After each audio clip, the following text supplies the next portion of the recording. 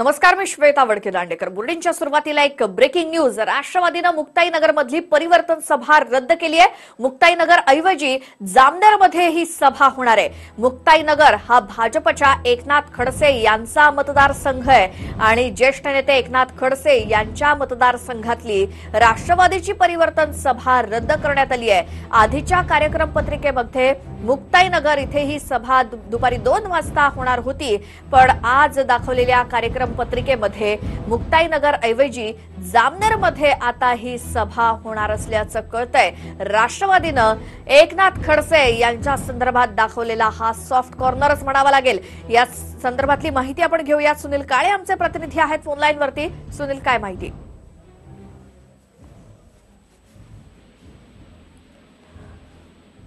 सुनील, माझा आवाज पोहोचतोय तुमच्यापर्यंत। मुक्ताईनगर मधली सभा कॅन्सल करण्याचं कारण काय?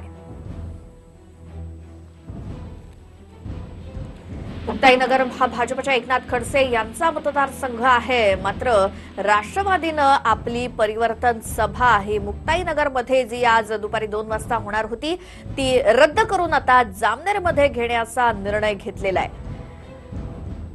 ज्येष्ठ नेते एकनाथ खडसे यांच्या मतदारसंघातली राष्ट्रवादीची परिवर्तन सभा रद्द करण्यात आलेली आहे आणि ती आता जामनेरमध्ये होणार असल्याचं कळतंय।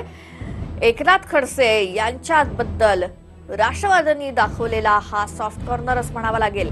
मुक्ताईनगर हा भाजपच्या एकनाथ खडसे यांचा मतदारसंघ आहे आणि इथेच राष्ट्रवादी काँग्रेसची परिवर्तन सभा होणार होती दुपारी 2 वाजता, मात्र ती रद्द करून आता जामनेरमध्ये घेण्याचं ठरवण्यात आलंय।